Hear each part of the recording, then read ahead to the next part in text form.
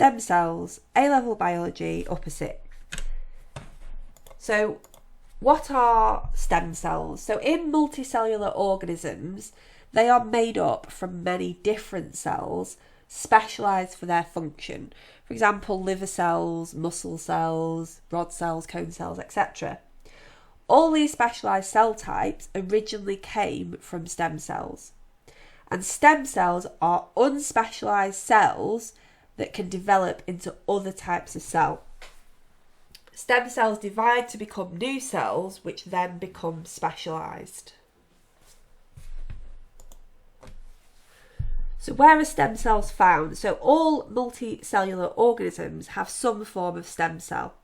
Stem cells are found in the embryo and in some adult tissue like bone marrow. So for example, stem cells in the intestines are constantly replacing the epithelial cells.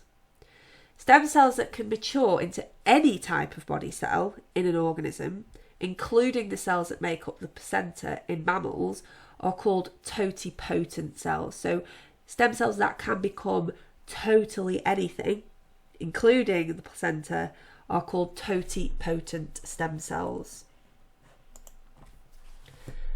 Totipotent stem cells are only present in mammals in the first few divisions of an embryo.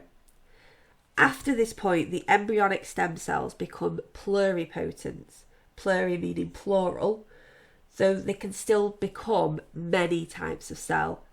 Well, in fact, any type of cell except the placenta. So pluripotent can still specialise into any cell in the body, but they can't become the placental cells anymore.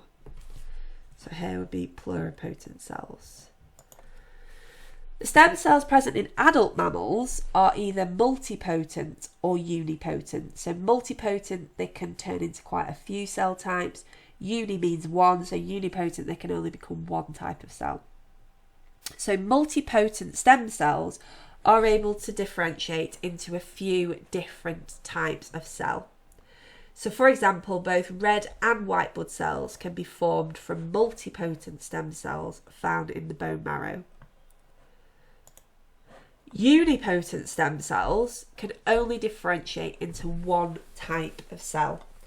So for example, there's a type of unipotent stem cell that can only divide to produce epidermal skin cells, which make up the outer layers of your skin. So becoming specialised. Stem cells become specialised because during their development, they can only transcribe and translate part of their DNA. Stem cells contain the same genes, but during development, not all of them are transcribed and translated or expressed. So under one set of conditions, certain genes are expressed and others are switched off. Genes that are expressed get transcribed into mRNA, which is then translated into proteins, and these proteins can modify the cell, and they determine the cell structure and control the cell's processes, including the expression of more genes, which produces more proteins. Changes to the cell produced by the proteins cause a cell to become specialised, and these changes are difficult to reverse, so once a cell is specialised, it stays specialised. So this is the process of making a specialised cell. If the genes are expressed and switched on, mRNA is transcribed and therefore it's translated, and therefore proteins are produced which can modify the cell, and the cell becomes specialised. If the genes are switched off, the mRNA is not transcribed or translated, and therefore proteins are not produced.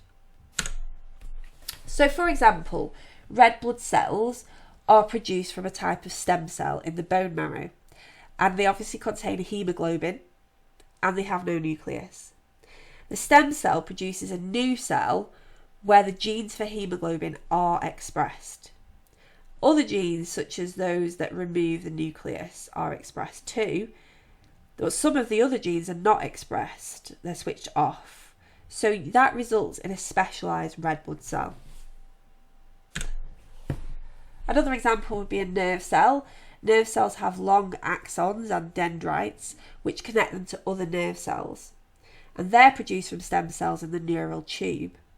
The stem cells produce new cells where the genes that direct the axon to extend are expressed. Genes that direct the dendrites to form are also expressed, and other genes are switched off, like they wouldn't have the gene for haemoglobin because they don't need it. Or they wouldn't express the gene for haemoglobin. Another thing is cardiomyocytes that you need to know about. Well, cardio is anything to do with the heart. So cardiomyocytes are heart muscle cells that make up the tissue in our hearts. In mature mammals, it's thought that they can't divide to replicate themselves. So for ages, everyone thought that we weren't able to regenerate our heart cells.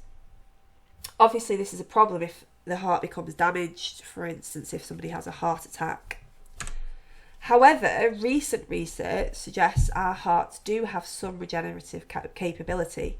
Some scientists now think that old or damaged cardiomyocytes can be replaced by new cardiomyocytes derived from a supply of unipotent stem cells in the heart. And some researchers think that this process could be constantly occurring, but they haven't agreed on how quickly. Some believe that it's a slow process and it's possible that some cardiomyocytes are never replaced in a person's lifetime.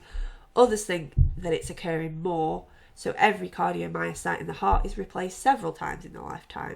But it's really interesting, this new development about cardiomyocytes and maybe the possibilities that come with it. So that is an introduction to stem cells, upper 6.